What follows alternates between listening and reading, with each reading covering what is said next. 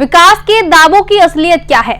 क्या चुनावी वादे सिर्फ कागजों तक सीमित रह गए हैं? और कब तक बदहाली झेलेगा गंगा विहार? तो चलिए बताते हैं इस पूरी वीडियो में, लेकिन उससे पहले स्वागत है आपका यूपी की बात में और मैं हूं आपके साथ खुशी। इटावा की गंगा विहार कॉलोनी में आज भी लोग बुनियादी सुविधाओं के लिए परेशान हैं। यहाँ की सड़कें टूटी हुई है और गलियों में बड़े बड़े गड्ढे हैं। बरसात के दौरान इन गड्ढों में पानी भर जाता है, जिससे लोगों का निकलना मुश्किल हो जाता है। सबसे ज्यादा परेशानी बच्चों और बुजुर्गों को उठानी पड़ती है। स्थानीय लोगों का कहना है कि कई बार शिकायत करने के बावजूद कोई सुनवाई नहीं हुई। हालांकि अब प्रशासन ने सड़क और जल निकासी की समस्या को जल्द ठीक करने का आश्वासन दिया है। अब देखना होगा कि ये वादे जमीन पर कब तक उतरते हैं और लोगों को राहत मिलती है या नहीं। देखिए ये पूरी रिपोर्ट। गंगा विहार कॉलोनी की सड़कों की हालत इतनी खराब है कि चलना तक मुश्किल हो गया है। जगह जगह बड़े बड़े गड्ढे हैं जो बरसात में तालाब बन जाते हैं। जल निकासी की कोई व्यवस्था न होने के कारण पानी लंबे समय तक जमा रहता है, जिससे लोगों का घर से निकलना तक दुभर हो जाता है। सबसे ज्यादा परेशानी स्कूली बच्चों और बुजुर्गों को उठानी पड़ रही है। बरसात में ये रास्ते खतरनाक हो जाते हैं और हादसों का डर बना रहता है। कई बार बच्चे फिसल जाते हैं, जिससे अभिभावकों की चिंता और बढ़ जाती है। सड़क की समस्या आपने देखी है पूरी जब से कॉलोनी बनी है तब से एक पैसे का काम नहीं हुआ यहाँ, और जितना निकलने में परेशानी होती है। कई बार हम लोग वो करके इकट्ठा पैसा गिट्टी रोरा रावेश मिट्टी डलवा चुके हैं, लेकिन कहीं से कोई ध्यान नहीं दे रहा, नगर पालिका स्पेशली। अब उन्हें लगता है कि वही विकास आवश्यक है, आम जनमानस का विकास जरूरी नहीं है। अब हमारी कॉलोनी के लिए तो शून्य है, कोई विकास नहीं है। यही बातें किए थे कि बढ़िया काम करेंगे, विकास पुरुष हैं, लेकिन काम तो कुछ हुआ नहीं है। कम से कम जनहित की समस्याएं आप उठा रहे हो। ये कॉलोनी जब से स्टेबल्ड हुई है तब से इसकी सड़कों की बहुत बुरी हालत है। ना ही नगर पालिका की तरफ से कोई नालियां बनी हैं और ना ही नगर पालिका की तरफ से पर्याप्त प्रकाश की व्यवस्था है, और ना ही सड़कों की तो हालत मेन चीज़ होती है बहुत बुरी है। यहाँ पर जब बरसात होती है तो कई लोग हैं यहाँ पर गिर जाते। हमारी शिक्षिकाएँ हैं और स्कूटी सहित गिर जाती हैं, कीचड़ हो जाता है। बट करीब मैं समझता हूँ 10 वर्ष हो गए, कोई इस तरफ कोई ध्यान नहीं दिया जा रहा है। समस्या तो इस कॉलोनी की सबसे बड़ी रोड है। अगर आप स्टेशन से ऑटो करो कॉलोनी के लिए और बता दो गंगा विहार जाना है तो वही मना कर देते हैं। वो जगह उस कॉलोनी में नहीं जाएंगे, क्योंकि जितना पैसा मिलेगा उससे ज़्यादा उनका लॉस हो जाएगा। हैं तो इतनी बड़ी समस्या है, कोई इसमें आने को तैयार नहीं है।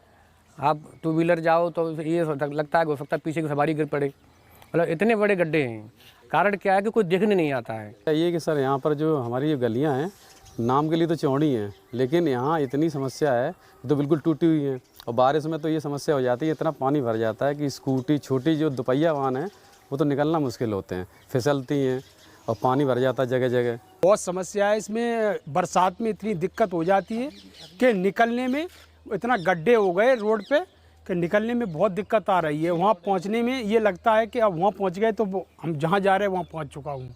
इतनी बड़ी समस्या है रोड की, ये गंगा विहार की। बहुत चौथी गली नंबर 4 है ये पता नहीं क्यों नहीं बन रही है भाई, ये नहीं पता है। अब लोग बनाते हैं तो थोड़ी थोड़ी बना लेते हैं, टुकड़ों में भर रही। अरे गली नहीं बनी हुई है अभी तक। अरे काफ़ी दिक्कत है, बरसात में हम लोग निकल नहीं पाते हैं। अच्छा, नगर पालिका में जी शिकायत 1-2 बार की गई, सुनवाई नहीं हुई कुछ इसमें। हम ये चाहते हैं कि गली बन जाए, बरसात में निकलने में आराम हो जाएगा सभी को। वोट मांगने आते पर और बाकी कोई सुनवाई नहीं होती है। संटू भैया ने विकास किया और जगह किया, पर गंगा विहार कॉलोनी में नहीं किया है। सर बहुत समस्या है हमारे यहाँ सर, रोड बहुत गंगा विहार के बहुत ख़राब हैं सर। और उसके बाद हम लोगों को बहुत दिक्कत होती है, कहीं ऊंचा कहीं नीचा है। इसलिए है आप मेरी रिक्वेस्ट है, आप लोग ये रोड को बनवाइए आप। सबसे बड़ी समस्या है रोड की, यहाँ बड़ी समस्या होती है। आगे तो ये हालत है कि जब बरसात होती है तो निकल ही नहीं सकते, बच्चे गिर जाते हैं, उसमें महिलाएं गिरती हैं और वाहन फंसते, फिर एक दूसरे को लेके जाके एक दूसरे को निकलवाता है। और दूसरी चीज़, पूर्ण रूप से इस कॉलोनी में सौतेला व्यवहार किया जा रहा है। न कोई हमारा सांसद सुन रहा है, न विधायिका सुन रही है, न चेयरमैन सुन रहे हैं। कई बार उनको अवगत कराया गया है कि भाई हमारी गली तो देख तो लो, कम से कम बनवा न सको तो देख लो। एक बार तो हम लोगों ने उनसे कहा कि इसमें कुछ नहीं तो अद्धे ही डलवा दो जिससे हम लोग निकल सकें, लेकिन कोई ध्यान नहीं दिया जा रहा। इस मोहल्ले की सबसे बड़ी समस्या रोड की है। जो हम लोग प्रतिदिन उसको महसूस करते हैं।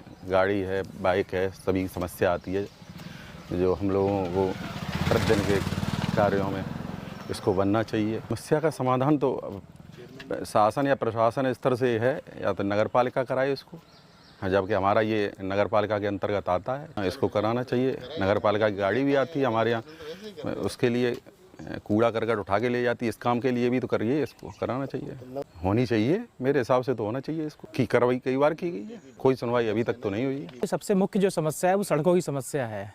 हमारे बच्चे जो स्कूल जाते हैं वो कभी गिर जाते हैं, बरसात में तो निकलना मुश्किल है, पैदल भी निकलना मुश्किल है।